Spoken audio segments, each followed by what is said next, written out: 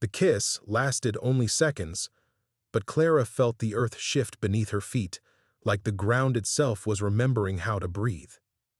When the giant, Ezekiel, he'd called himself, finally released her, the silence that followed was so complete she could hear Mrs. Henderson's jaw clicking 3 storefronts away. "Well, I'll be," someone whispered. Clara's fingers still tingled where they'd pressed against his chest, feeling the steady thunder of his heartbeat through worn cotton. That voice, though, sweet Lord, that voice, it couldn't be. Samuel was dead. She'd held his funeral program in her hands, traced the raised letters with trembling fingers while the preacher spoke of ashes and dust. Clara May. Jackson's voice cut through her confusion like a rusty blade. "I see you've moved on." She turned toward the familiar sneer in his tone, her chin lifting with practiced defiance. "Hello, Jackson?" "Darling, who is this woman?" The new bride's voice dripped with false sweetness, each word carefully polished like her husband's boots. "Nobody important, Millicent. Just someone from my past." The words should have stung. Once, they would have sent Clara stumbling back to her little house behind the schoolyard, fighting tears and the crushing weight of being invisible. But the giant's presence beside her was solid as an oak tree, radiating a heat that had nothing to do with the merciless Texas sun. "Funny thing about the past," Ezekiel drawled, his voice carrying that impossible, heart-stopping familiarity. "Sometimes it has a way of reminding folks about their mistakes." Clara heard Jackson's intake of breath, sharp as a slap. "I don't believe we've been introduced, stranger. Name's Ezekiel Thornfield. And you must be the fool who let this angel slip through his fingers." The crowd that had gathered, because Lord knew nothing drew a crowd in Redemption Ridge faster than public drama, murmured appreciatively.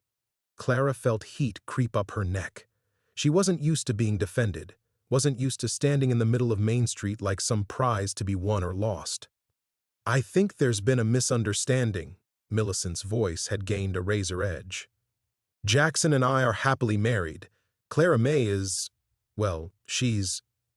"Perfect," Ezekiel interrupted, and Clara felt his hand settle at the small of her back, warm and steady. Every blessed inch of her. The simple words hit Clara like a physical blow. When had anyone last called her perfect? When had anyone looked at her, truly looked, and seen something worth claiming? "This is absurd." Jackson's voice was rising, losing the careful control that had always marked his public persona. "Clara, surely you don't know this man. Where did he even come from?" It was a fair question, and one Clara realized she couldn't answer. Ezekiel had appeared like smoke, materializing from the shimmering heat waves that rose from the dusty street. But something about him felt familiar as her own heartbeat, comfortable as Sunday morning hymns. "Does it matter?" she heard herself say. "Maybe I'm tired of explaining myself to folks who've already made up their minds about what I'm worth." The crowd was growing now, drawn by the spectacle of quiet Clara May Hutchins standing tall in the middle of a confrontation. She could hear the shuffle of feet, the whispered conversations, the barely contained excitement that came with witnessing someone else's private drama unfold under the public eye. "Clara May's always been dramatic," Jackson said to his wife, loud enough for everyone to hear. The fire changed more than just her eyes, I'm afraid. This time, the words did find their mark, and Clara felt herself flinch. But before the familiar shame could take hold, Ezekiel stepped closer, his voice dropping to a rumble that somehow carried to every listening ear. "Mister, I've seen plenty of damaged things in my time. Broken fences, lame horses, men with hearts smaller than their hat size." He paused, and Clara could feel the weight of his attention like sunshine. "But this woman, she's not damaged, she's refined by fire, like gold in a crucible. Takes a special kind of small to walk away from treasure like that." The silence that followed was different this time. Not shocked, but considering. Clara felt something unfurling in her chest, something that had been locked away since the morning Jackson left her standing in her wedding dress, with nowhere to go but home. "We should go, darling," Millicent whispered, and Clara heard the uncertainty creeping into her perfect voice. "Yes," Jackson said quickly. We have appointments." As their footsteps retreated down the wooden sidewalk, Clara became aware of the crowd beginning to disperse, people drifting away with their gossip and speculation. Soon it would just be her and this mysterious giant who'd appeared from nowhere to defend her honor, like something out of a dime novel. "Thank you," she said quietly, turning toward where she thought he might be standing. "No thanks needed, Clara May." His voice was soft now, meant for her ears alone. "A man's got to stand up for what's right." But underneath the words, she heard it again. That familiar rhythm that made her heart race and her hands shake with impossible hope. "Samuel?" The word escaped her lips before she could stop it, barely a whisper in the settling dust. She felt him go still beside her, the easy warmth of his presence suddenly rigid as winter iron. For a heartbeat that stretched like eternity, neither of them breathed. "No, ma'am," he said finally, but his voice had changed, careful now, guarded. "Name's Ezekiel, remember?" Clara's hands trembled as she pressed them together, fighting the wild hope that threatened to crack her chest wide open. Of course it wasn't Samuel. Samuel was buried in the cemetery behind First Baptist, had been for 3 years now. She was just rattled by Jackson's unexpected return, her mind playing cruel tricks in the aftermath of that impossible kiss. "I should get back," she said, stepping away from him. The loss of his warmth left her feeling suddenly adrift. "Mrs. Patterson will be wondering where I got to. Let me walk you." The offer was simple, but something in his tone made her chest tighten. She wanted to say yes, wanted to let this mysterious stranger escort her through town like she was someone worth protecting. But Clara had learned the hard way that wanting things too much was a sure path to heartbreak. "That's kind, but I know the way." She did know the way. Every crack in the sidewalk, every loose board that creaked underfoot, every hitching post and storefront between here and the boarding house where she rented a room and gave piano lessons to children whose mothers paid her in preserves and pity. This was her ordinary world, circumscribed, predictable, safe. Clara made her way down Main Street, her walking stick tapping against the familiar wooden planks.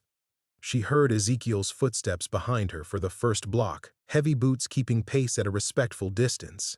But when she paused at the corner to listen for wagon traffic, the street had gone quiet. He'd vanished as mysteriously as he'd appeared. The boarding house rose before her like a monument to respectability, its white clapboard sides and green shutters maintained with the fierce pride of a woman who'd been taking in lodgers for 30 years. Clara climbed the front steps, her fingers finding the worn groove in the banister that served as her landmark. "Clara May Hutchins, where on earth have you been?" Mrs. Patterson's voice carried from the parlor, sharp with worry and curiosity. "The whole town's buzzing about some commotion on Main Street." "Just stepped out for some air," Clara said, hanging her shawl on the hook by the door. Her lips still tingled from that impossible kiss, and she pressed her fingers to them, trying to convince herself it had really happened. "Well, air or no air, little Susie Morrison's been waiting near 15 minutes for her lesson. Her mama sent over a jar of peach preserves, the good ones with the real sugar, not that corn syrup nonsense." Clara's heart sank. In all the chaos with Jackson and Ezekiel, she'd completely forgotten about her afternoon students. "Send her in, please. And thank you for the preserves." The next hour passed in the familiar rhythm of scales and simple melodies, Susie's small fingers stumbling over the keys while Clara guided her through the basics. This was her life now, teaching children whose talent ranged from modest to non-existent, accepting payment in whatever their families could spare, making herself useful enough to justify the space she took up in the world. "Miss Clara?" Susie's voice was small, uncertain. "Why was that big man kissing you in front of everybody?" Heat flooded Clara's cheeks. "Where did you hear that?" "Mama was talking to Mrs. Henderson when she dropped me off. They said he was tall as a tree and twice as handsome, and that he made Mr. Jackson look like a fool." Susie's voice dropped to a conspiratorial whisper. "They said he kissed you right there on Main Street for God and everybody to see." Clara's fingers found middle C on the piano, pressing the key with more force than necessary. "People in this town love to talk, Susie. Now, let's work on that scale again. But even as she guided the child through her exercises, Clara's mind wandered. That voice, that impossible, heart-stopping voice. Samuel used to sing her to sleep when she was small, his voice rough but tender as he made up songs about brave princesses in faraway kingdoms. She'd know that voice anywhere, wouldn't she? Even changed by years and sorrow, even disguised behind a stranger's name. After Susie left, Clara sat alone at the piano, her fingers moving across the keys without conscious thought. The melody that emerged was one she hadn't played in years, a lullaby Samuel used to hum while he worked in the barn back when the world made sense, and fire was just something that warmed the hearth on cold nights. The longing that rose in her chest was sharp as broken glass. This was what she had to lose, this careful, contained existence she'd built from the ashes of her old life. It wasn't much, but it was hers. Safe, predictable, no room for wild hopes or impossible dreams or mysterious strangers who kissed like they meant it. But God help her, she wanted more. The melody died beneath Clara's fingers as footsteps echoed on the boarding house's front porch. Not Mrs. Patterson's familiar shuffle or the quick patter of children arriving for lessons, but the heavy, measured tread of a man who moved with purpose. Clara's breath caught. She knew those footsteps the way she knew the sound of rain on tin roofing or the whistle of wind through wheat. But knowing and believing were two different creatures entirely. 3 sharp raps on the door, followed by Mrs. Patterson's voice calling, "Clara May, you have a visitor." "I'll be right there." Clara smoothed her skirts with trembling hands and made her way to the parlor, where Mrs. Patterson waited with barely contained curiosity radiating from her like heat from a cook stove. "Says his name's Ezekiel Thornfield," Mrs. Patterson whispered, her voice pitched low but carrying clearly in the small space. "Wants to speak with you about piano lessons, if you can imagine that. A man his size wanting to learn piano."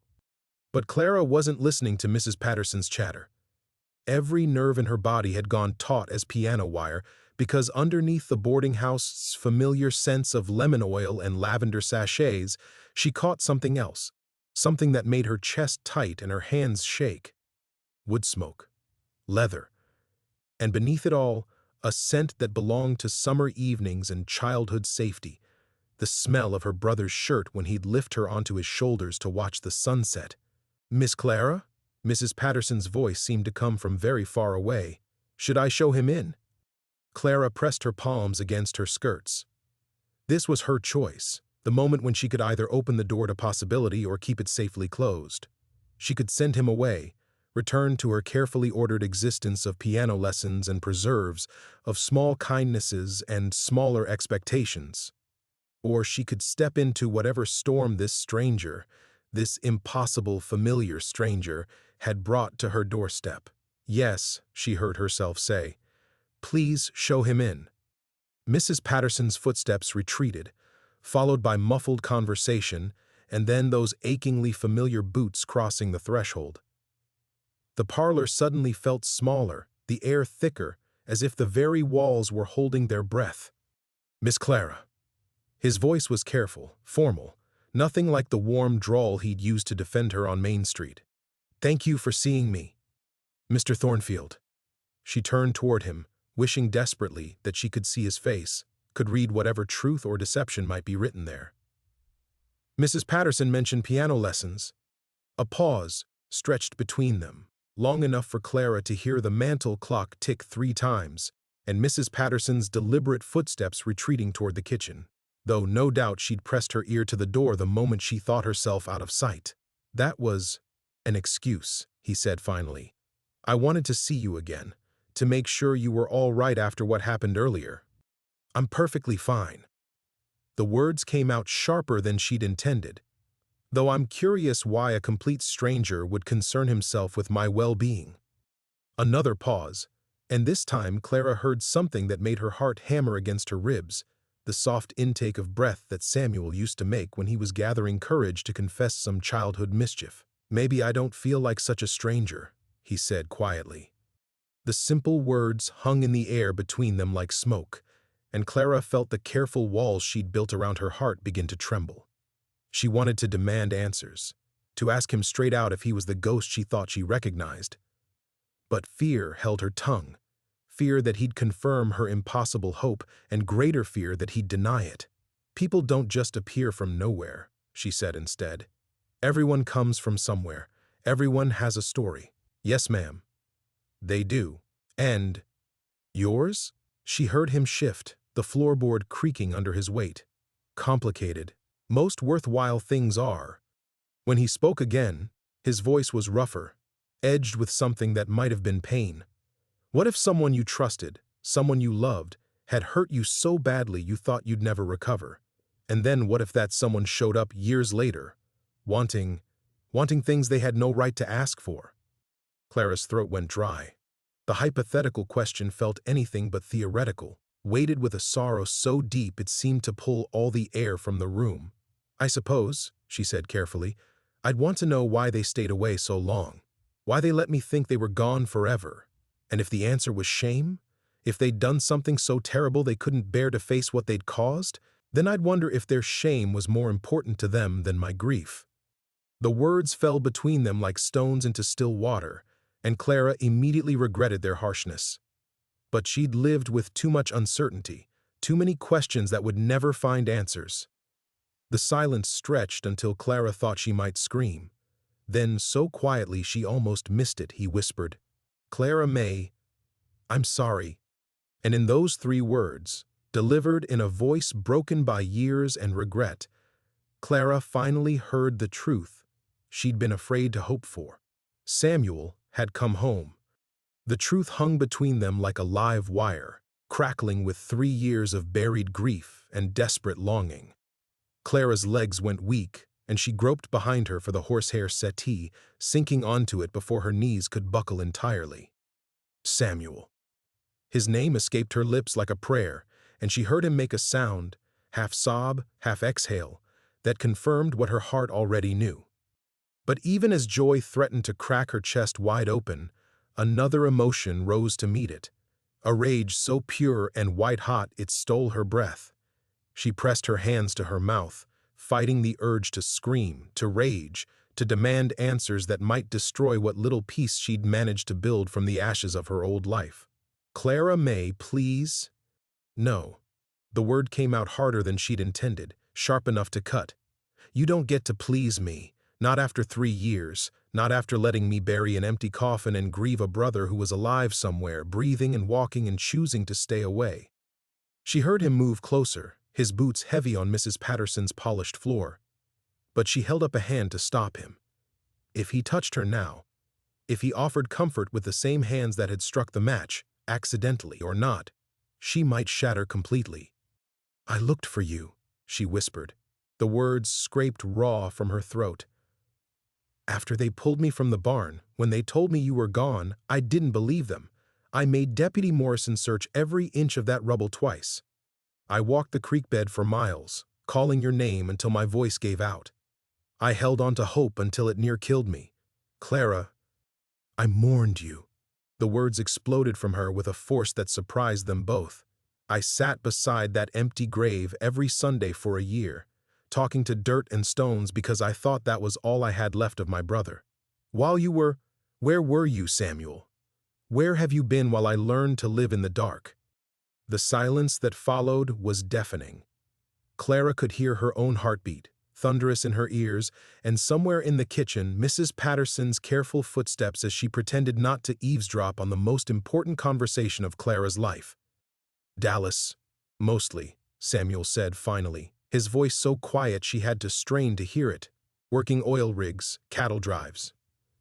Anywhere that would take a man with no past and questions he couldn't answer. Couldn't answer or wouldn't."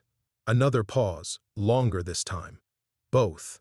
Clara laughed, but there was no humor in it. 3 years, Samuel. 3 years I've been half a person, walking around with a hole where my family used to be. And you were in Dallas. I was burned too, Clara May. Not like you, not where folks could see, but burned all the same." His voice cracked on the words. "My face, my hands, I look like something from a nightmare now. Like the monster I became that night." "So you ran." The words hung between them, flat and unforgiving. You ran and let me think you were dead because you were too much of a coward to face what you'd done. Yes. The admission came out like a physical blow. God help me, yes. I was 17 years old, drunk on my daddy's whiskey, and I burned down our world. I took your sight, your future, everything you loved, and I couldn't stand to see what I'd done reflected in your face every day. Clara's hands were shaking now, trembling so hard she had to clasp them together to make them stop. Because underneath the rage, underneath the grief and betrayal, something else was stirring. Something that felt dangerously like relief. He was alive. Her brother, her last link to the family they'd lost, was alive and sitting 6 feet away from her in Mrs. Patterson's parlor. The grave she'd visited every Sunday was indeed empty. But Samuel wasn't buried beneath Redemption Ridge's red dirt. He was here, real and breathing and close enough to touch if she found the courage. But courage felt like a luxury she couldn't afford. Not when the careful life she'd built was cracking at the foundation, threatening to come down around her ears. I can't do this, she whispered, standing abruptly. I can't. Samuel, I spent 3 years learning to be Clara Mae Hutchins instead of Clara Mae Morrison. I learned to live without hope, without family, without the kind of love that tears you apart when you lose it. I'm not strong enough to let you back in just so you can disappear again when the guilt gets too heavy to carry. She heard him stand too, his chair creaking under his weight. I'm not going anywhere, he said quietly. Not this time. But Clara was already moving toward the door, fleeing the conversation that threatened to upend everything she thought she knew about survival. Don't make promises you can't keep, she said without turning around. I won't survive losing you twice. Clara's hand was on the parlor door handle when Samuel's voice stopped her cold. The night before the fire, he said, his words cutting through her retreat like a blade through silk. You made me promise to teach you that song, the one about the mockingbird that Mama used to sing. You said you wanted to play it for her birthday, even though she'd been gone 2 years already. Clara's fingers tightened on the brass handle until her knuckles went white. Of all the memories he could have chosen, that one struck deepest. She'd forgotten about that promise in the chaos of everything that came after. The flames, the smoke, the terrible moment when her world went dark forever. You don't get to use our memories as weapons, she whispered. I'm not trying to hurt you, Clara Mae. I'm trying to tell you that I never forgot. Not that promise, not your voice when you asked me to teach you, not the way you looked at me like I hung the moon, even when I didn't deserve it. His voice cracked. Especially when I didn't deserve it.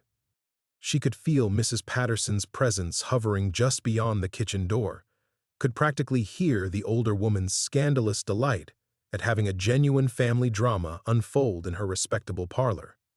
The walls of this careful life Clara had built suddenly felt thin as paper, ready to tear at the slightest pressure. I should have died in that fire, Samuel continued, and something in his tone made Clara turn toward him despite herself. Should have burned alongside the barn and our papa's tools and everything else I destroyed that night. But I didn't. I crawled out of that hell with my skin melted and my conscience charred black, and I spent 3 years trying to figure out why God let a monster like me live when good people die every day. And what did you decide? The question escaped before Clara could stop it. That maybe he kept me breathing so I could come back here and tell you the truth. So I could look my sister in the eye, even if she can't look back, and finally say what I should have said that night before I lit that cigarette near the hay bales. Clara's breath caught.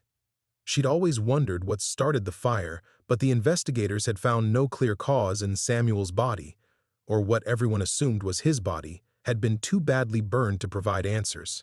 A cigarette, she repeated, the words tasting like ash in her mouth. Papa's Marlboros.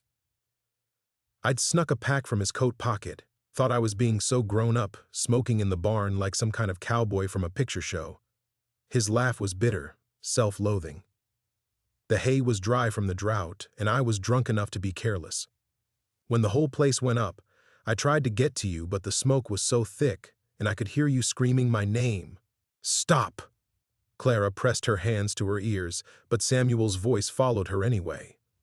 I found you near Buttercup's stall, unconscious from the smoke, got you out just before the roof came down, but the damage was already done. Your beautiful eyes. His voice broke entirely. I did that to you, Clara May. Your brother, who was supposed to protect you, took away your sight because he wanted to play at being a man. The truth hung between them like a physical thing, heavy and sharp-edged. Clara had lived with questions for 3 years, and now the answers were more terrible than anything she'd imagined. An accident, yes, but one born of Samuel's recklessness. A cigarette and a 17-year-old boy's stupidity had cost her everything. I know you can't forgive me, Samuel said quietly. I don't expect you to. But I came back because I finally realized that my shame was smaller than your right to know what really happened. You deserve the truth, even if it means you'll hate me for it. Clara stood frozen in the doorway, one foot in the familiar safety of Mrs. Patterson's parlor, and one foot pointed toward the unknown territory of a life that included her supposedly dead brother. Behind her lay everything she'd built from the ashes. Her careful routines, her modest independence, her acceptance of a diminished but manageable existence. Ahead lay something far more dangerous, the possibility of hope. I don't hate you, she heard herself say, the words surprising them both. I should. God knows I should. But you're my brother, Samuel Morrison, and I've grieved you for 3 years. I won't waste what time we have left on hatred. She turned to face him fully, her decision crystallizing like ice in winter. But I'm not the same girl you left behind. If you stay, if you really mean to stay this time, you'll have to get to know who I became after you left. And that woman won't forgive you just because you're sorry. I understand. Do you? Clara stepped toward him, her chin raised in challenge. Because this Clara May doesn't need protecting. She's learned to fight her own battles. And she sure as hell won't be grateful just because her long-lost brother decided to grace her with his presence. The silence stretched between them, taut with possibility and threat. Then Samuel said, I wouldn't want her any other way, and Clara May Morrison stepped across her threshold at last, leaving Clara May Hutchins behind in Mrs. Patterson's parlor forever. The first test of their fragile reunion came at dawn, when Mrs. Patterson knocked on Clara's door with the force of a woman who'd spent all night rehearsing her indignation. Clara May Morrison, she said, using Clara's given name with the precision of a scalpel, we need to discuss your situation. Clara had barely slept, her mind churning through everything Samuel had told her, and she wasn't prepared for Mrs. Patterson's particular brand of righteous concern. She opened the door to find the older woman standing in the hallway with her arms crossed and her mouth set in a line that could have cut glass. Mrs. Patterson, that man cannot stay here, Mrs. Patterson announced without preamble. I run a respectable boarding house, and I will not have unmarried persons of opposite gender sharing accommodations, family or not. What would people say? Clara felt something sharp twist in her chest. She'd known this moment would come, had spent the dark hours before dawn dreading it, but hearing the ultimatum spoken aloud made her realize how desperately she wanted to keep Samuel close. 3 years of believing him dead had left her terrified that if she let him out of her sight, he might disappear again like smoke. He's my brother, Clara said quietly. Surely that changes things. Blood relation or not, he's a grown man, and you're an unmarried woman. I have my reputation to consider. Mrs. Patterson's voice softened slightly, but her resolve remained firm. I'm sorry, dear, but those are the rules. The rules. Clara was beginning to understand that reclaiming her life as Clara May Morrison meant navigating an entirely different set of expectations than those that governed Clara May Hutchins, spinster piano teacher. Samuel's return had shifted something fundamental in how the world saw her, and not all of those changes would be welcome. How long do I have? Clara asked. He can stay through the week while he finds other arrangements. That's more than generous, considering the circumstances. After Mrs. Patterson left, Clara sat on her narrow bed and wondered if this was how it would always be. Samuel's presence in her life creating complications she wasn't equipped to handle. She'd spent 3 years building a quiet existence that asked little of the world and expected even less. Now, suddenly, she was being forced to make choices that would ripple outward in ways she couldn't predict. When Samuel knocked on her door an hour later, She could hear the weight of bad news in his footsteps before he even spoke. "Clara May, we need to talk." She found him in the parlor, his hat in his hands and his massive frame folded into Mrs. Patterson's delicate chair like he was trying to make himself smaller. The morning light streaming through the lace curtains revealed details she'd missed the night before. The way he held his left hand slightly cupped as if protecting old injuries, and the careful way he positioned himself so that one side of his face remained in shadow. "She told you about the accommodations," Clara said. "It wasn't a question." "Among other things." Samuel's voice was grim. "Seems word of our reunion has already made its way around town. Mrs. Patterson had 3 different ladies stop by this morning, all claiming to need sugar or flour but really wanting to get a look at the man who came back from the dead." Clara sank onto the settee, feeling suddenly exhausted. She'd forgotten how quickly news traveled in Redemption Ridge, how every whispered conversation became public knowledge before the morning coffee finished brewing.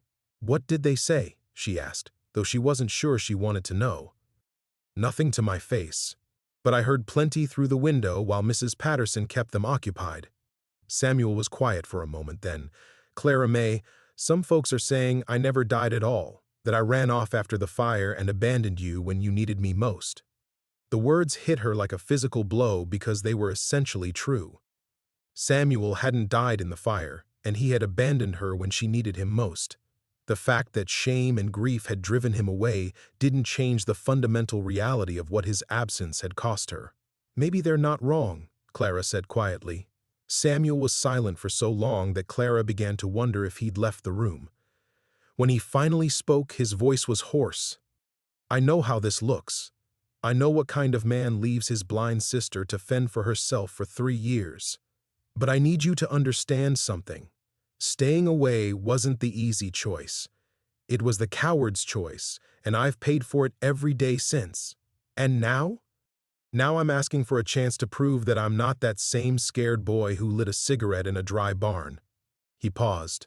"I found a room at Miller's boarding house across town. It's not much, but it'll keep the gossips from circling you like vultures." Clara felt something loosen in her chest, relief mixed with disappointment. She wanted Samuel close enough to touch, to reassure herself that he was real, but she also understood that his presence came with a price she wasn't sure she was ready to pay. "All right," she said finally. "But Samuel, don't make any more decisions about what's best for me without asking first. I've been taking care of myself for 3 years, and I don't plan to stop now." For the first time since his return, she heard him laugh, a sound so familiar it made her chest ache with memory. "Yes, ma'am," he said. "Wouldn't dream of it." The sound of Samuel's laughter lingered in the parlor long after he gathered his few belongings and headed for Miller's boarding house. Clara sat alone in the sudden quiet, her fingers tracing the worn velvet of Mrs. Patterson's settee, trying to reconcile the boy she'd lost with the man who'd just walked out her door. 3 years ago, Samuel's promises had been as fragile as spun glass. Now his voice carried the weight of someone who'd learned that words meant nothing without the steel of conviction behind them. But promises, Clara had learned, were dangerous things to trust.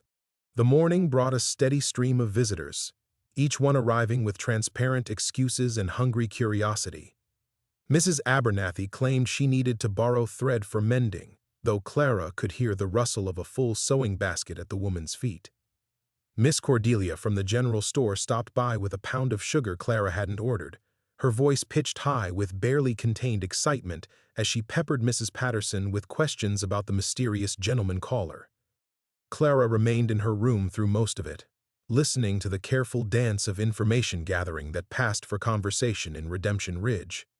But she couldn't escape the underlying current of judgment that threaded through every whispered exchange. The town had grown comfortable with Clara May Hutchins, the tragic but manageable blind piano teacher. Clara May Morrison, sister to a man who'd apparently faked his own death, was an entirely different proposition.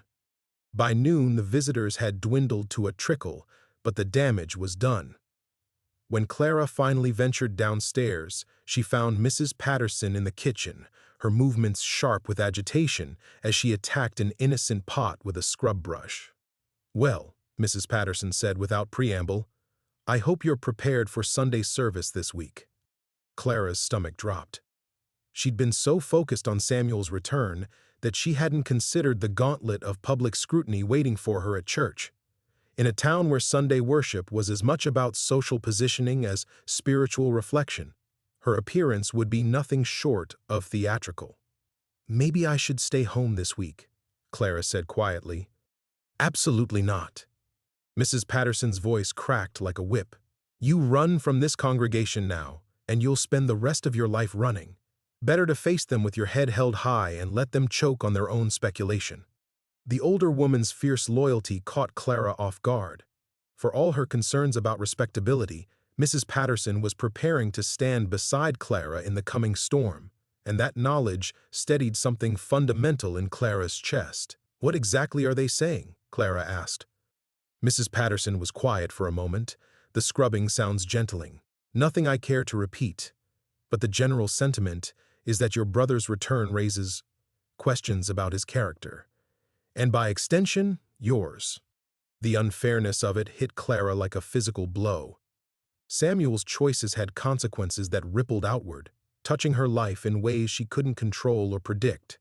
She'd spent 3 years building a reputation based on quiet dignity and careful behavior, and now that foundation was shifting beneath her feet through no fault of her own.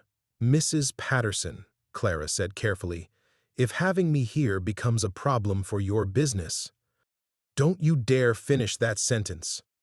The older woman's voice was fierce. "I've been running this boarding house for 23 years, and I won't be dictated to by a bunch of old biddies with nothing better to do than tear down a young woman who's shown more courage than the lot of them combined." The unexpected defense brought tears to Clara's eyes. She'd grown so accustomed to fighting her battles alone that having an ally felt almost foreign. But even Mrs. Patterson's support couldn't change the fundamental challenge ahead. Tomorrow was Saturday, which meant the weekly trip to Miller's General Store for supplies. Sunday brought church service, with its mandatory social hour afterward. Both events would put Clara squarely in the crosshairs of public opinion, and she could feel the weight of their scrutiny already pressing against her shoulders. More than that, she could feel the careful life she'd constructed beginning to crack at the edges. 3 years of building independence had taught her that safety lay in predictability, in asking nothing of the world that it wasn't prepared to give freely. Samuel's return had shattered that careful equilibrium, forcing her into a spotlight she'd never sought. As afternoon settled into evening, Clara found herself standing at her bedroom window, facing the general direction of Miller's boarding house.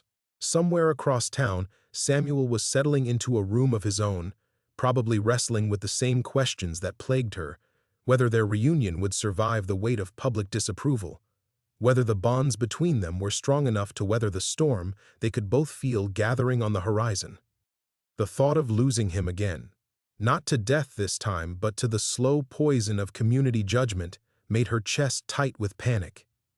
But the thought of watching her carefully constructed life crumble for the sake of a brother who'd already abandoned her once was equally terrifying.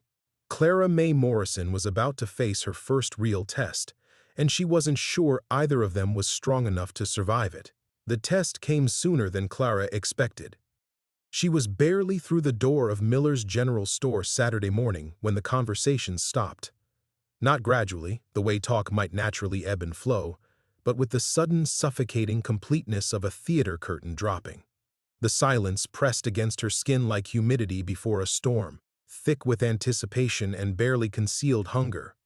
Clara's fingers tightened on Mrs. Patterson's shopping list, the paper crackling loud as gunshots in the unnatural quiet. She'd faced curious stares before. Blindness made her a perpetual object of speculation. But this was different. This silence had teeth. "Morning, Miss Hutchins," came Miller's voice from behind the counter, carefully neutral but strained around the edges. "What can I do for you today?" Even he was uncertain what to call her now. Clara May Hutchins or Clara May Morrison? The woman who'd buried her brother, or the one whose brother had apparently faked his death and abandoned her? The distinction mattered in Redemption Ridge, where identity was as carefully catalogued as the goods on Miller's shelves. "Good morning, Mr. Miller." Clara moved toward the counter with deliberate calm, though her heart hammered against her ribs. "I need flour, sugar, and coffee beans." Behind her, she heard the whispered rustle of resumed conversations, fragments catching her ear like thorns. Always wondered why they never found the body, and, mighty convenient timing, and worst of all, what kind of man leaves his own sister? The words landed like physical blows, each one confirming her worst fears about how Samuel's return would be received. But it was the thread of doubt woven through the whispers that truly frightened her. Not just judgment of Samuel, but questions about her own judgment, her own worthiness of sympathy. "Flowers fresh ground," Miller said, his voice louder than necessary, trying to drown out the speculation blooming behind Clara's back. "Sugar came in yesterday on the supply wagon." Clara nodded, focusing on the familiar rhythm of commerce, the safety of transaction. Money for goods, politeness for service, nothing more complicated than arithmetic and courtesy. But even as Miller wrapped her purchases, she could feel the weight of scrutiny pressing against her shoulders like phantom hands. It was then that she heard the voice that turned her blood to ice water. "Well, well, if it isn't little Clara May Morrison." Jackson Bellwether. Her former fiancé spoke her name like he was tasting something sour, and Clara felt every muscle in her body lock tight with old humiliation. Of all the moments for him to materialize, he'd chosen the one when she was most vulnerable, most exposed. "Jackson." She turned toward his voice, her chin lifting in unconscious defiance. "I didn't know you were back in town. Brought my wife to meet the family." His voice carried the satisfied smugness of a man who'd gotten everything he wanted. "Thought she should see where I grew up, meet the people who shaped me." A pause, calculated and cruel, including the ones I left behind. The conversations around them had stopped again, but this time, Clara could feel the vulturous attention focusing with laser precision. The whole store was holding its breath, waiting to see how she'd handle this public reminder of her abandonment. One failed engagement, one supposedly dead brother. The town was adding up her misfortunes like items on a grocery list. "How nice for her," Clara managed, proud that her voice remained steady. "I'm sure she'll find Redemption Ridge very educational." "Oh, she already has." Jackson's laugh held an edge that made Clara's skin crawl. "Fascinating stories people tell about the Morrison family. Your brother's miraculous return from the dead has been quite the conversation starter." The barb hit its mark, and Clara felt heat flood her cheeks. Jackson was doing what he did best, finding the exact pressure point that would cause maximum damage and pressing with surgical precision. But before she could respond, the store's bell chimed again, and Clara heard footsteps that made her heart skip. Heavy boots, a careful gait that favored the left leg slightly, and underneath it all, a presence so familiar her body recognized it before her mind could catch up. Samuel. "Problem here?" His voice was quiet, but it carried the kind of controlled danger that made smart men step back and stupid ones push forward. "No problem at all," Jackson said, and Clara could hear the calculation in his tone as he sized up the newcomer. "Just catching up with an old friend. Though I have to say, your timing is remarkable, Morrison. Amazing how the dead can resurrect themselves when it's convenient." The silence in the store became something living and vicious. Clara felt suspended between two forces she couldn't control, Jackson's malice and Samuel's barely leashed fury. Everything she'd built, every careful step toward independence and dignity, balanced on the knife's edge of this moment. This was her greatest fear realized, becoming the center of a spectacle she couldn't escape, watching her life dissected for public entertainment, while she stood helpless in the crossfire. And she was about to discover whether 3 years of building strength had prepared her for a battle she'd never wanted to fight. The tension stretched like a wire ready to snap. Clara felt the familiar crushing weight of being trapped between forces beyond her control. But this time, something was different. This time, the helplessness she'd accepted for 3 years transformed into something sharper, more dangerous. "Convenient?" Samuel's voice dropped to barely above a whisper, but it carried through the store like the rumble before an earthquake. "You think 3 years of hell was convenient?" "I think," Jackson said with deliberate slowness, "that a man who abandons his blind sister might find all sorts of reasons to justify his choices afterward." The words hit their target with devastating precision. Clara heard Samuel's sharp intake of breath, felt the way the air itself seemed to recoil from Jackson's cruelty. But worse than Samuel's pain was the murmur of agreement that rippled through the watching crowd, a soft, insidious sound that confirmed every one of Clara's worst fears. "That's enough!" Clara's voice cracked like a whip through the poisonous atmosphere. "Both of you, that's enough." But Jackson wasn't finished. He'd found his audience and his victim, and years of resentment poured out like pus from a lanced wound. "You want to know what's really convenient?" He addressed the crowd now, performing for them. "Clara May here spent 3 years playing the tragic victim, accepting charity and sympathy from good Christian folks. Now her supposedly dead brother shows up just when she's getting comfortable with her pension from the church auxiliary. Mighty suspicious timing, if you ask me." The accusation landed like a physical blow. Clara felt the blood drain from her face as she understood the full scope of what Jackson was suggesting. Not just that Samuel had abandoned her, but that they'd somehow conspired together. That her 3 years of struggle, her painful journey toward independence, had all been an elaborate deception. "You bastard," Samuel said, and Clara heard his boots scrape against the floorboards as he stepped forward. "Samuel, no." Clara reached out blindly, her hand finding his arm just as the muscle coiled beneath his sleeve. The contact sent a shock through her, not just the familiar warmth of her brother's presence, but something else, something wrong. Her fingers encountered fabric that felt strange, uneven. Beneath it, she felt the telltale texture of severely scarred skin, raised and twisted into patterns that spoke of unimaginable trauma. Samuel's entire left arm, from wrist to shoulder, was a map of old agony. The realization hit her like a physical blow.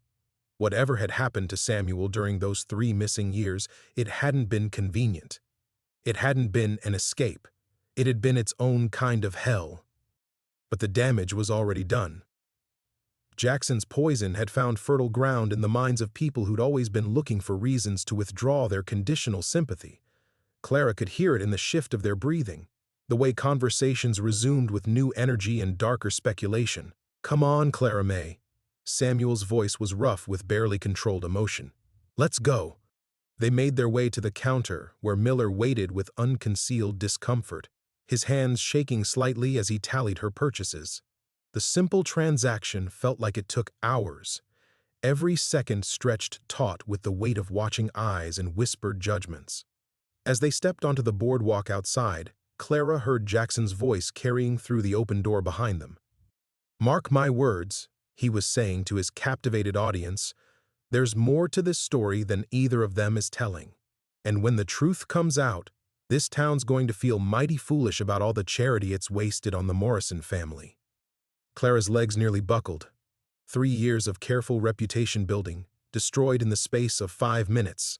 3 years of proving herself trustworthy, dependable, deserving of respect, wiped away by insinuation and spite. The pension Jackson had mentioned, her small monthly allowance from the church auxiliary, would disappear now. Mrs. Patterson's boarding house would become untenable. Even her piano lessons were at risk if parents decided the Morrison family couldn't be trusted around their children. "Clara May," Samuel said urgently, his hand on her elbow steadying her. "Don't listen to him. This will blow over." But Clara knew better. In Redemption Ridge, reputation was currency, and hers had just been devalued to nothing. The careful life she'd constructed was crumbling around her, and there was nothing she could do to stop it. "Will it?" she asked, her voice barely above a whisper. "Or did you coming back just destroy everything I've spent 3 years building?" The question hung between them like an accusation. Clara felt the weight of Samuel's silence, heavy with guilt and the terrible possibility that Jackson's cruelest suggestion might also be his most accurate. That Samuel's return, whatever his intentions, had indeed ruined her. Standing on that sun-baked boardwalk, Clara May Morrison faced the wreckage of her carefully constructed world and wondered if some prices were simply too high to pay, even for the return of someone she'd thought lost forever. The silence stretched between them like a chasm, broken only by the distant sound of voices still murmuring inside Miller's store. Clara stood frozen on the boardwalk, her hand still resting on Samuel's scarred arm, feeling the weight of revelation pressing against her chest like a physical thing. "Clara May," Samuel said finally, his voice thick with something she couldn't identify. "We need to talk. Not here, not like this." But Clara couldn't move. The texture beneath her fingers told a story that rewrote everything she thought she knew about the past 3 years. The scars weren't just marks. They were a map of suffering that ran deeper than she'd ever imagined. "Show me," she whispered, her voice so low it barely carried between them. "What?" "Show me what happened to you." Her fingers tightened on his arm, feeling him flinch beneath her touch. "Whatever Jackson said in there, whatever people think, I need to know the truth." Samuel was quiet for so long that Clara began to wonder if he'd heard her. When he finally spoke, his words came out broken and raw. "Not here. Please." They walked in heavy silence toward the edge of town, past the cluster of homes and businesses that made up Redemption Ridge's heart. Clara let Samuel guide her, her mind reeling with fragments of understanding that wouldn't quite coalesce into a complete picture. The scars, his 3-year absence, the way he'd appeared just when her life was finally finding some measure of stability. None of it made sense, yet all of it felt connected by threads she couldn't see. They stopped beside the old cottonwood tree near the creek, the same spot where they'd played as children, before the world became complicated and cruel. Samuel helped her settle against the trunk, his movements careful and deliberate. "I need to tell you something," he said, his voice barely audible over the sound of running water. "Something I should have told you the moment I saw you again." Clara's heart began to hammer against her ribs. Whatever was coming, she could hear it in the weight of his words, the careful way he was choosing each syllable. "The fire," Samuel continued, and Clara felt the world tilt sideways. "The fire that took your sight. I don't." The word escaped her lips before she could stop it. Some part of her mind, some deep instinct for self-preservation, was screaming warnings she couldn't ignore. "Clara May, you have to let me say this. I've been carrying it for 3 years, and it's killing me." His voice broke on the last words, and Clara heard something in it that made her blood run cold. "Samuel, whatever you think you need to confess, I started the fire." The words hit her like a physical blow, driving the air from her lungs and sending the world spinning around her. For a moment, she couldn't breathe, couldn't think, couldn't do anything but sit frozen while the truth rearranged everything she thought she knew about her life. "I was drunk," Samuel continued, the words pouring out of him like blood from a wound. "Drunk and angry and stupid, and I knocked over the lantern in the barn. I tried to put it out, I swear I did, but it spread so fast. By the time I got you out, by the time the townspeople came—" Clara's hand flew to her face, her fingers tracing the faint scars along her temple that she'd carried for 3 years. Scars that matched the ones she'd felt on Samuel's arm. The barn fire that had stolen her sight, that had changed everything about who she was and how the world saw her. Samuel had caused it. "You left me," she whispered, the words barely audible. "You let everyone think you were dead, and you left me to deal with the consequences alone. I couldn't face what I'd done to you. I couldn't live with seeing you struggle every day because of my mistake." Samuel's voice was breaking apart, each word edged with 3 years of suppressed agony. "I thought if I was gone, if everyone believed I'd died in the fire, you could at least have their sympathy, their help." The cruel irony of it crashed over Clara like a wave. Samuel had abandoned her to spare her the burden of his guilt, never understanding that his absence had been the heaviest burden of all. While he'd been torturing himself with remorse, she'd been torturing herself with grief and abandonment. 3 years, she said, and her voice sounded strange and distant to her own ears. 3 years I mourned you. 3 years I blamed myself for not being able to save you. Clara May. 3 years. The words exploded out of her with a force that surprised them both. 3 years of learning to live in the dark, of building a life from nothing, of fighting every single day to prove I was worth something despite what happened to me. And you were alive. You were alive, and you chose to let me suffer alone." She was standing now, though she didn't remember rising, her whole body shaking with the force of revelation and rage and heartbreak so profound it threatened to tear her apart from the inside. The brother she'd loved and mourned and grieved for had destroyed her life twice, once with fire and once with abandonment. And now, finally, she understood the terrible weight of truth. Samuel's confession hung between them like smoke from a dying fire, acrid and choking. Clara stood beneath the cottonwood, her whole body trembling with the force of revelations that kept reshaping everything she thought she understood about her life. The sound of the creek seemed impossibly loud, rushing water that couldn't wash away the stain of truth. But as the initial shock began to ebb, something else rose in its place. Not the crushing despair she'd expected, but a strange, fierce clarity. 3 years of surviving in darkness had taught her things about strength she'd never known she possessed. 3 years of building a life from ashes had forged something harder than the frightened girl who'd lost her sight in a barn fire. "Look at me," she said suddenly, her voice cutting through Samuel's broken apologies. "Clara May." "Look at me, Samuel." She turned toward where she could hear his ragged breathing, her chin lifting with determination that surprised them both. "Really look at me. Do you see a victim? Do you see someone who needs your guilt and your misplaced protection?" The silence stretched, and Clara could feel Samuel struggling with words he didn't know how to say.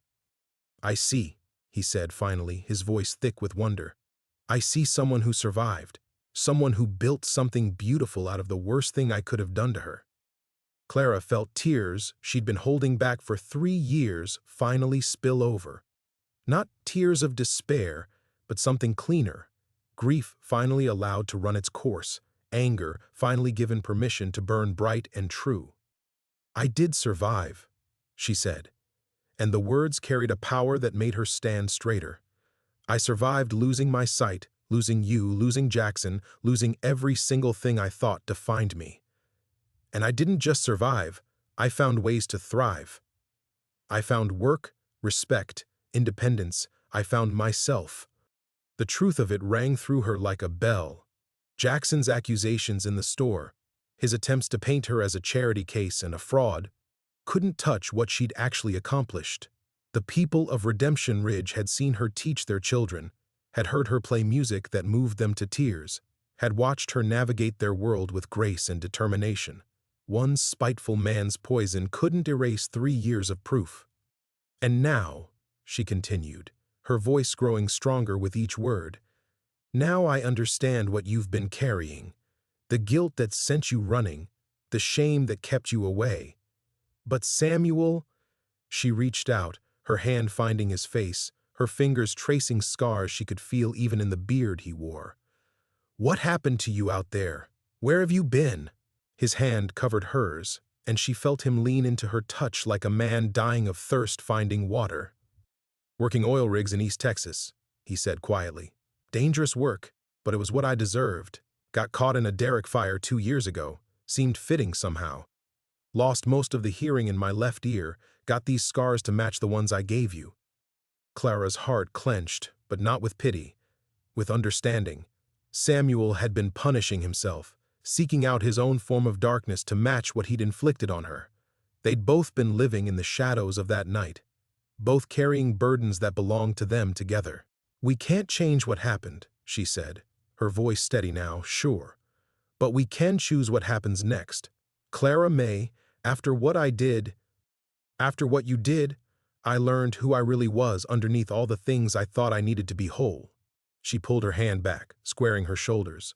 "I learned that Clara May Morrison doesn't break. She bends, she grieves, she gets knocked down, but she doesn't break."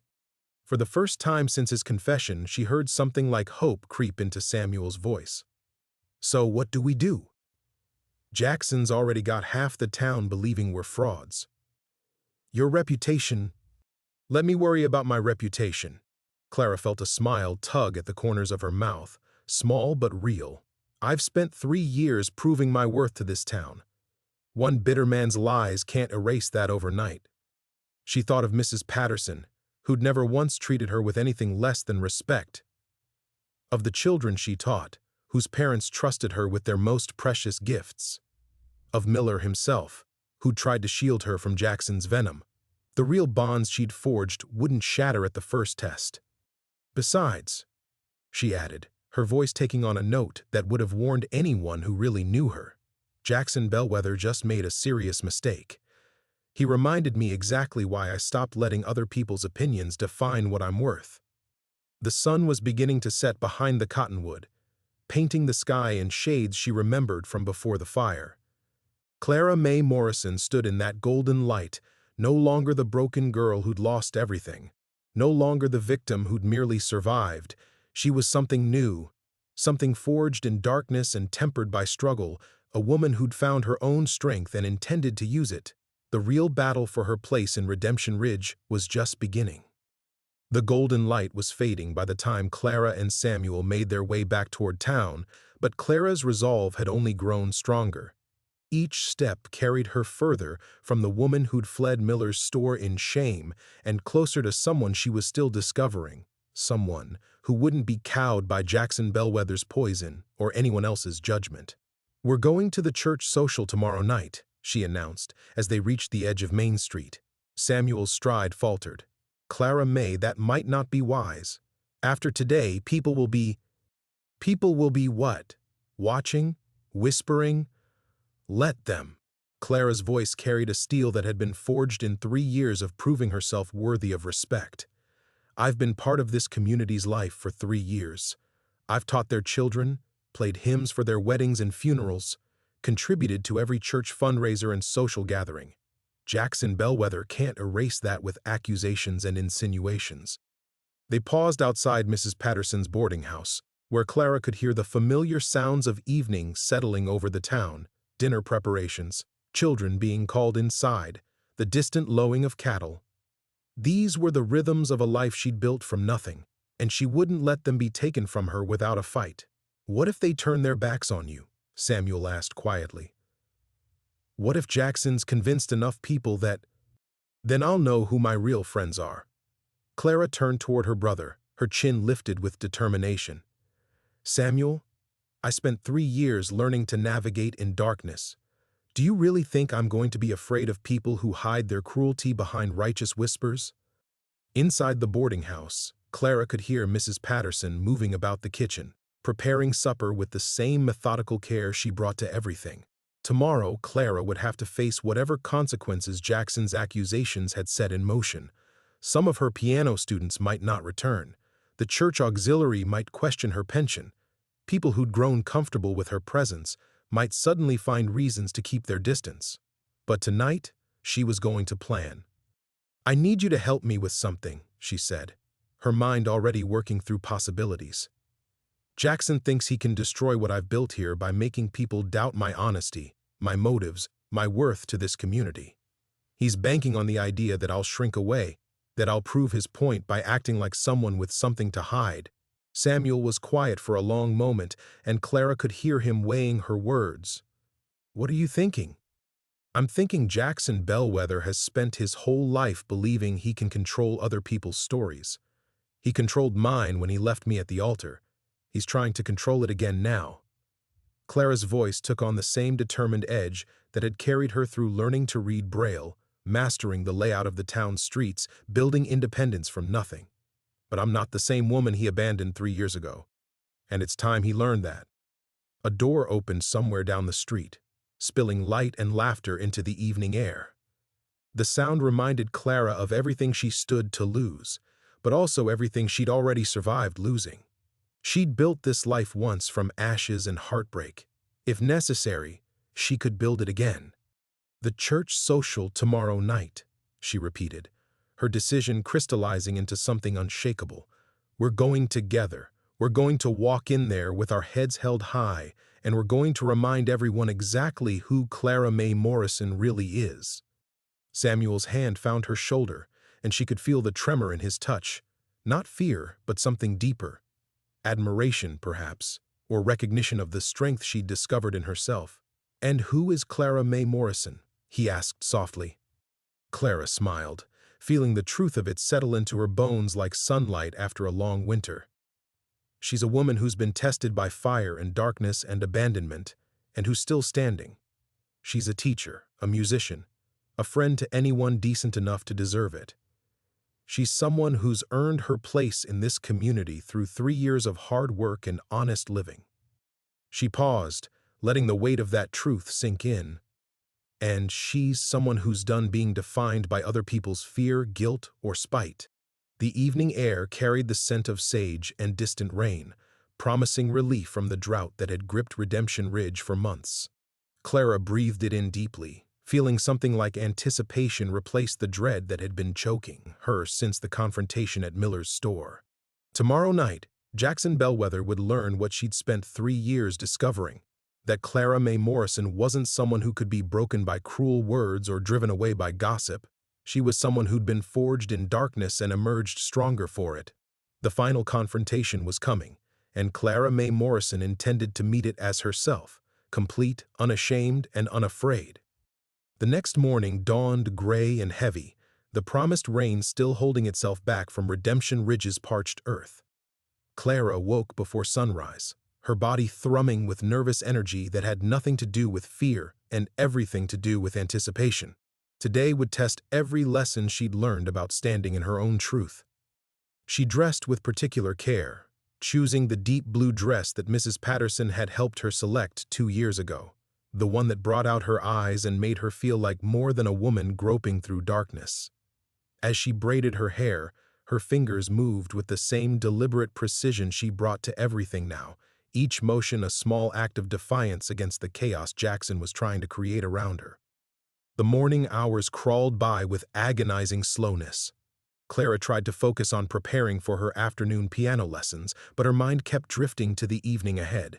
By noon, it became clear that Jackson's poison was already working its way through the community's bloodstream. "Miss Morrison?" Mrs. Patterson's voice carried a careful neutrality that Clara had learned to recognize as trouble. "Mrs. Henley sent word that she won't be needing little Mary's piano lessons anymore. Says the family's reconsidering their arrangements." Clara felt the words hit like individual stones, each one precisely aimed to wound. Mary Henley was one of her most promising students, a 7-year-old with natural musical instincts who'd been making remarkable progress. More than that, Mrs. Henley had been one of the first people in Redemption Ridge to treat Clara as a teacher rather than an object of pity. "I see." Clara kept her voice steady, though her hands clenched in her lap. "Did she say why?" Mrs. Patterson's silence was answer enough. The careful dance of social acceptability had begun, the slow process by which a community could exclude someone without having to voice their actual reasons. It was cowardice dressed up as propriety, and Clara recognized it for exactly what it was. But it also clarified something important. The battle lines were already drawn. There was no middle ground where she could quietly weather this storm while Jackson moved on to easier targets. He intended to systematically dismantle everything she'd built, using her own neighbors as his weapons. By 4 o'clock, 2 more families had canceled lessons. By 5, Clara had heard whispered conversations cease abruptly when she passed on the street. The community was choosing sides, just as she'd known they would. Samuel arrived at 6, his footsteps heavy on Mrs. Patterson's front porch. Clara could hear the tension in his breathing before he even spoke. "Maybe we should reconsider this," he said without preamble. "I've been walking through town and people are—" "People are what?" Clara stood from her chair, smoothing down her skirt with hands that didn't shake. "Talking, whispering, making judgments based on one man's spite? They're scared," Samuel said quietly. "Jackson's got them thinking we've been lying to them for 3 years. Some of them feel foolish for not recognizing me, and they're taking that embarrassment out on you." Clara nodded, unsurprised. Fear made people cruel in predictable ways. They'd rather believe they'd been deceived than admit they'd simply failed to see what was in front of them. All the more reason to face them directly. Clara moved toward her rap, her movements sure and purposeful. "Samuel, what do you think happens if I hide tonight? What does that tell everyone about whether Jackson's accusations are true?" She could hear him wrestling with the logic of it, the impossible position Jackson had maneuvered them into: hide and appear guilty, fight back, and risk everything in a battle they might lose. Besides, Clara continued, settling her wrap around her shoulders, there's something you're forgetting. Jackson's not the only one with a story to tell tonight, and some stories are more powerful than others. The church social was Redemption Ridge's most important monthly gathering, the place where the community came together to celebrate, to gossip, to reinforce the bonds that held them all together. It was exactly the arena where reputations were made and destroyed, where a woman could either reclaim her place or lose it forever. Clara Mae Morrison had spent 3 years earning her seat at that table. Tonight, she would discover whether that seat was truly hers or merely borrowed against the community's tolerance. As they stepped into the evening air, Clara felt the weight of everything she'd built pressing against her shoulders: her independence, her livelihood, her sense of belonging in a place that had become home, all of it balanced on the edge of whatever happened in the next few hours. But underneath the weight was something else: the unshakable knowledge of who she'd become. Jackson could take her students, her reputation, even her place in this community. But he couldn't take the strength she'd forged in darkness, the self-respect she'd earned through surviving the unthinkable. The final test was beginning, and Clara Mae Morrison was ready to meet it as herself, scarred, tested, and unbreakable.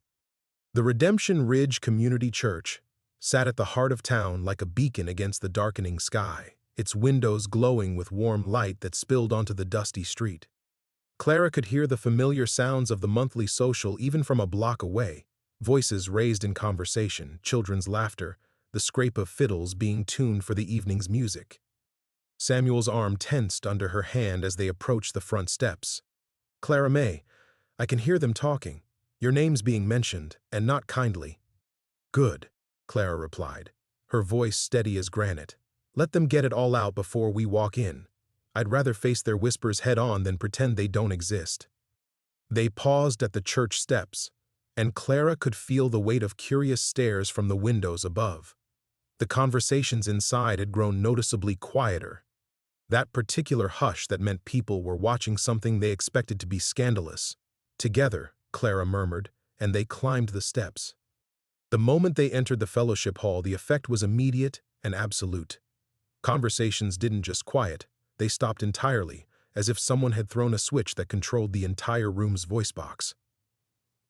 Clara could feel dozens of eyes tracking their movement, could practically hear the collective intake of breath as Redemption Ridge got its first good look at the mysterious giant who'd been courting their blind piano teacher. And there, cutting through the silence like a blade, came Jackson Bellwether's voice. "Well, well, look what the cat dragged in. The fraud and her accomplice come to face the music." Clara felt Samuel's muscles coil like a spring beside her, but she pressed his arm in warning. This was her fight, her community, her reputation to defend. "Hello, Jackson." Clara turned toward his voice with perfect composure, her chin lifted exactly the right degree to convey confidence without arrogance. "I hear you've been busy today, spreading stories about me. How thoughtful of you to take such an interest in my life." A few nervous chuckles rippled through the crowd, and Clara felt the first crack in Jackson's armor. He'd expected her to cower, to slink in ashamed and defensive. Her calm directness had caught him off guard. "Stories?" Jackson's voice carried the particular blend of righteousness and cruelty that Clara remembered from their worst arguments. "I'm telling the truth about what you really are. A liar who's been taking advantage of this town's Christian charity for 3 years. "And what exactly am I, Jackson?" Clara stepped forward, Samuel moving with her like a shadow.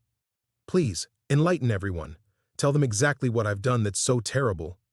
The hall was dead silent now, every person present leaning forward to catch each word. This was better than any traveling show, better than the monthly picture screening at Miller's. This was real drama, playing out between people they all knew. Jackson's voice rose, gaining confidence from his audience. "You're a fraud who's been lying about who this man is, pretending he's some stranger when he's been deceiving us all along. You've made fools of decent people, taken their money for piano lessons while laughing behind their backs at how gullible they are. Is that what you think I've been doing?" Clara's voice carried a note of genuine curiosity that was somehow more devastating than anger. Laughing at people? Behind their backs? She turned slightly, addressing the room rather than Jackson directly. Mrs. Patterson, when I helped little Tommy with his arithmetic while he waited for his piano lesson, was I laughing at you? Dr. Morrison, when I played hymns for your mother's funeral last spring, was that some elaborate joke? A murmur ran through the crowd, and Clara could feel the tide beginning to shift. These people knew her, had watched her build a life in their community through honest work and genuine care. Jackson's accusations were starting to ring hollow against 3 years of evidence. But Jackson wasn't finished. You want to talk about honesty? Tell them who he really is, Clara. Tell them about the fire, about what he did to you. Tell them how you've both been lying since the day he walked into town. The silence that followed was different now, charged with expectation and dread. Clara felt the moment balanced on a knife's edge. She could deflect, could refuse to answer, could try to maintain the careful fiction that had protected them both. Instead, she chose the truth. His name is Samuel Hutchins, she said clearly, her voice carrying to every corner of the hall. He's my brother, presumed dead in the barn fire that took my sight 3 years ago. The fire he accidentally started, the fire he's been carrying guilt for ever since. The collective gasp was audible, and Clara felt rather than saw people recoiling, shocked by her directness. And you're right, Jackson. We haven't been entirely honest about his identity, but everything else, every lesson I've taught, every kindness I've shown, every relationship I've built in this community has been completely real. She stepped forward again, closing the distance between herself and Jackson's voice. Now, let me ask you something, Jackson Bellwether. What exactly do you hope to accomplish here tonight? Jackson's silence stretched long enough that Clara could hear individual heartbeats in the crowd behind her. When he finally spoke, his voice carried the particular venom of a man who'd been cornered but refused to admit defeat. What I hope to accomplish. I want these good people to see what you really are, Clara May. A woman who lies as easily as breathing, who's turned their Christian charity into a game. Stop. The word cut through the hall with such authority that Jackson's voice died mid-sentence. But it hadn't come from Clara. Samuel stepped forward, his massive frame casting a shadow that seemed to swallow half the room. You want to know what she really is? Samuel's voice carried 3 years of suppressed anguish, 3 years of watching his sister rebuild herself from ashes. She's the woman who forgave the brother who destroyed her life. She's the teacher who spent her own money buying sheet music for students whose families couldn't afford it. She's the neighbor who sat with dying Mrs. Garrett every night for 2 weeks, playing her favorite hymns until she passed peacefully. Clara felt the crowd's attention shift entirely to Samuel, felt the weight of his words settling over them like morning light breaking through storm clouds. I am Samuel Hutchins, he continued, his voice growing stronger. I did start the fire that took my sister's sight. I've carried that guilt every day since, and I came back here to face it, to try to make amends. But Clara May, his voice broke slightly, Clara May has been living with honor and grace from the moment I destroyed her world. If you want to punish someone for deception, for causing pain, then punish me. But don't you dare let this man, he gestured toward Jackson, convince you that my sister is anything less than the finest woman any of you will ever know. The hall erupted in whispers, but Clara barely heard them. Because she understood, with crystalline clarity, what Samuel was doing, what he was sacrificing. Samuel, no, she whispered, but he was already moving away from her toward the door. I'll be gone by morning, he announced to the room. My presence here has brought nothing but trouble to a woman who deserves better. Clara May Morrison belongs in this community. I never did. You're running away again? Clara's voice cracked like a whip across the hall, stopping Samuel mid-stride. Just like you ran 3 years ago instead of facing what happened. She turned to face the crowd directly, her composure finally fracturing. He's willing to sacrifice himself to protect my reputation, but what he doesn't understand is that I've already made my choice. The truth, all of it, is more important than any of your good opinions. Clara's voice rose, carrying decades of suppressed pain and newfound strength. Yes, Samuel started the fire, Yes, we should have told you who he was. But you want to know what else is true? He saved 3 children from the burning barn before the roof collapsed. He spent 3 years doing backbreaking work to send every penny he earned to families who lost property in that fire. He came back not to deceive you, but because he finally found the courage to face what he'd done. She could feel the crowd's shock, feel the careful foundations of their assumptions cracking apart. And I forgave him because forgiveness is what we're supposed to do in this church, isn't it? Or does that only apply when the sin is convenient to overlook? Jackson's voice cut through the stunned silence, desperate and sharp. They lied to you. For 3 years They what? Mrs. Patterson's voice came from somewhere behind Clara, firm and clear. Taught our children? Helped our families? Samuel Hutchins has been working at my boarding house for 6 months, and he's the most honest, hard-working man I've employed in 20 years. If he chose to hide his past, maybe it's because he knew there'd be small-minded people ready to judge him for accidents that have already cost him everything. The fire took 4 buildings. Dr. Morrison's voice joined in. But Clara May's music has brought joy to 100 gatherings. Samuel's work has fixed more roofs and mended more fences than any other man in this county. What exactly are we supposed to forgive them for? Living their lives with dignity despite their pain. Clara felt the tide turning, felt the community she'd served discovering its own capacity for grace. But the victory came with a cost that made her throat tighten with grief. Samuel was still moving toward the door, still convinced that his exile was the price of her acceptance. If he leaves, Clara called out, her voice carrying to every corner of the hall, then I leave too. Because Samuel Hutchins is my family, and Redemption Ridge is either big enough for both of us, or it's not big enough for either of us. The words hung in the air like a benediction and a challenge combined, forcing every person present to choose not just sides, but what kind of community they wanted to be. Samuel's hand froze on the door handle, the weight of Clara's ultimatum settling over the fellowship hall like dust after a windstorm. The silence stretched so thin that Clara could hear the oil lamps flickering in their sconces, could count the nervous shuffles of feet on worn wooden floors. Then, from somewhere near the back of the hall, came the scrape of a chair being pushed back. Well, I reckon that settles it. Pastor Williams's gravelly voice carried the authority of 40 years shepherding this community through droughts, deaths, and disasters. Samuel Hutchins, you get yourself back here. We've got some talking to do. Clara heard Samuel's footsteps stop, heard the barely audible intake of breath that meant he was wrestling with hope and disbelief in equal measure. That's right, Mrs. Patterson chimed in, her voice gaining strength. Samuel, you've been fixing my roof gutters for 3 months, and they're the finest work I've seen.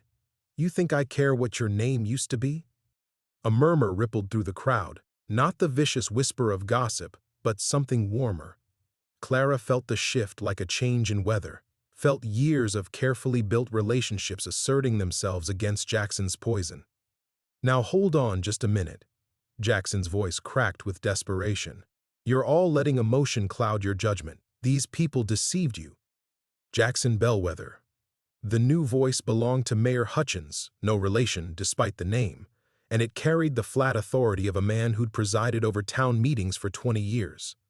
I think you've said enough for one evening. You can't just... I can, and I am. The mayor's words were measured, final. This is a church social, not a courthouse, and from where I'm sitting, the only person who's brought ugliness into this hall tonight is you.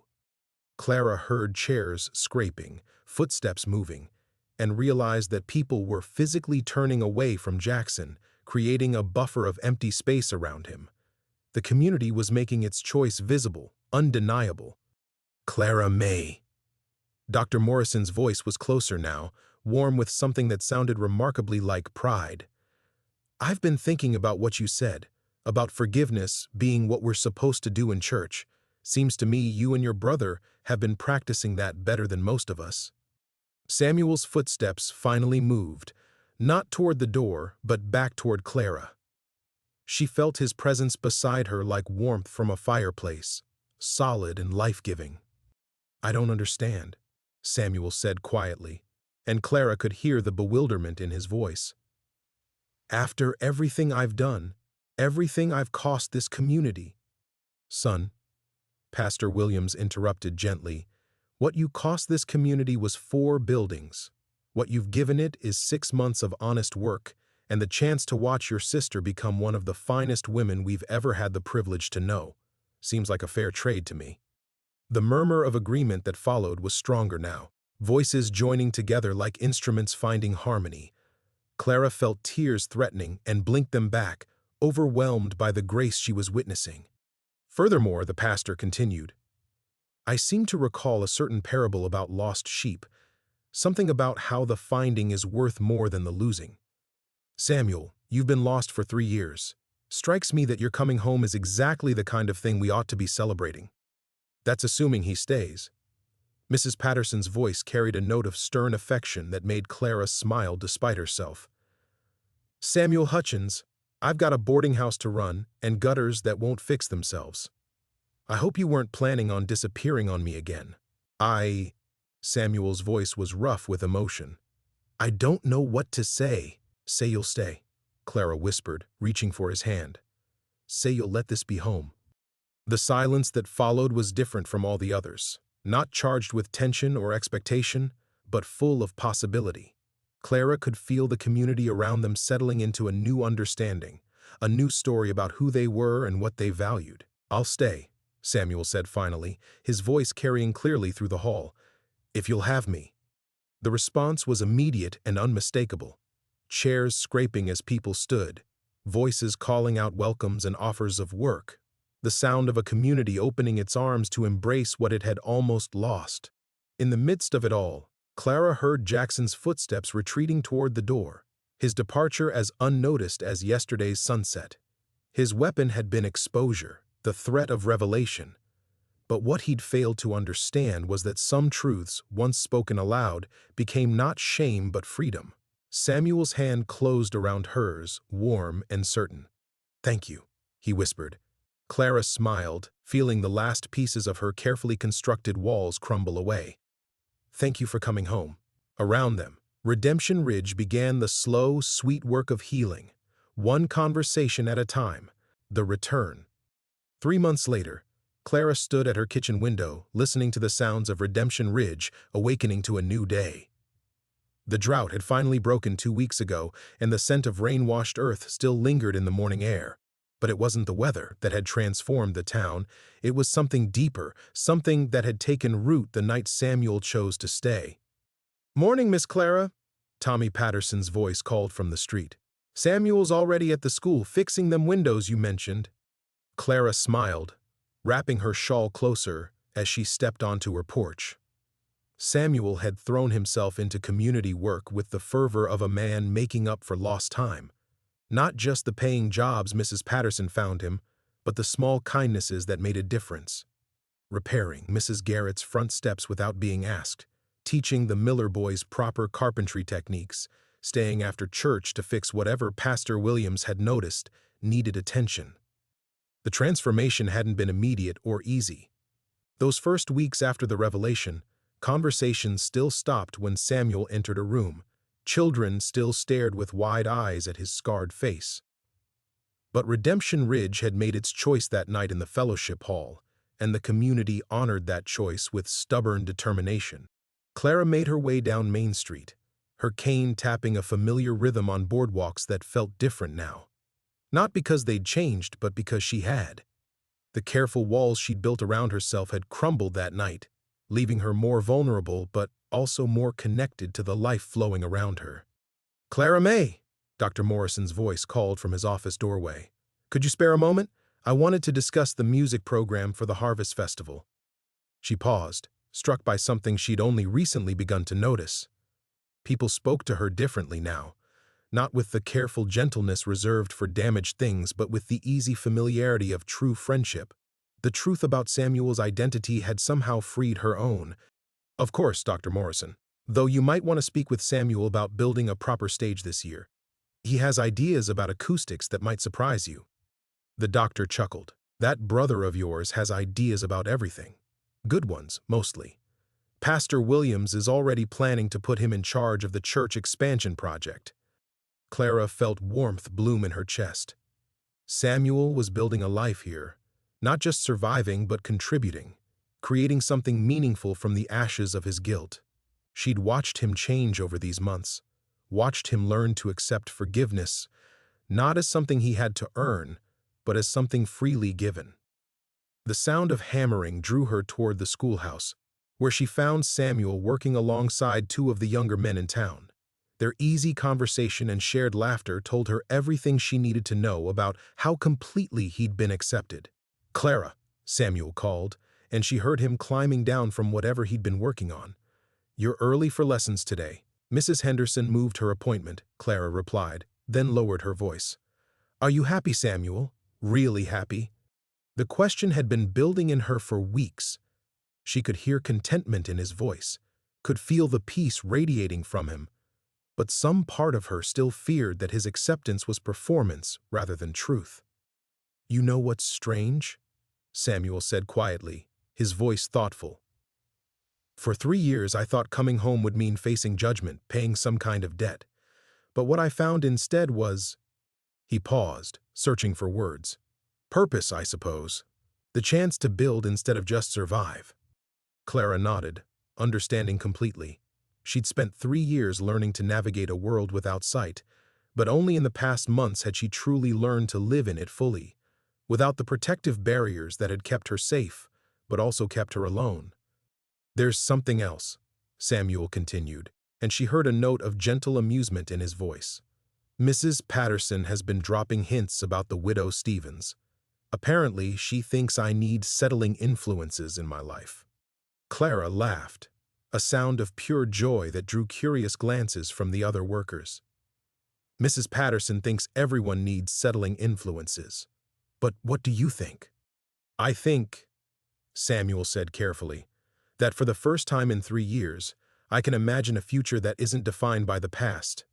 That's more than I ever thought possible." The schoolhouse bell chimed the hour, reminding Clara of her waiting students. But as she prepared to leave, Samuel caught her arm gently.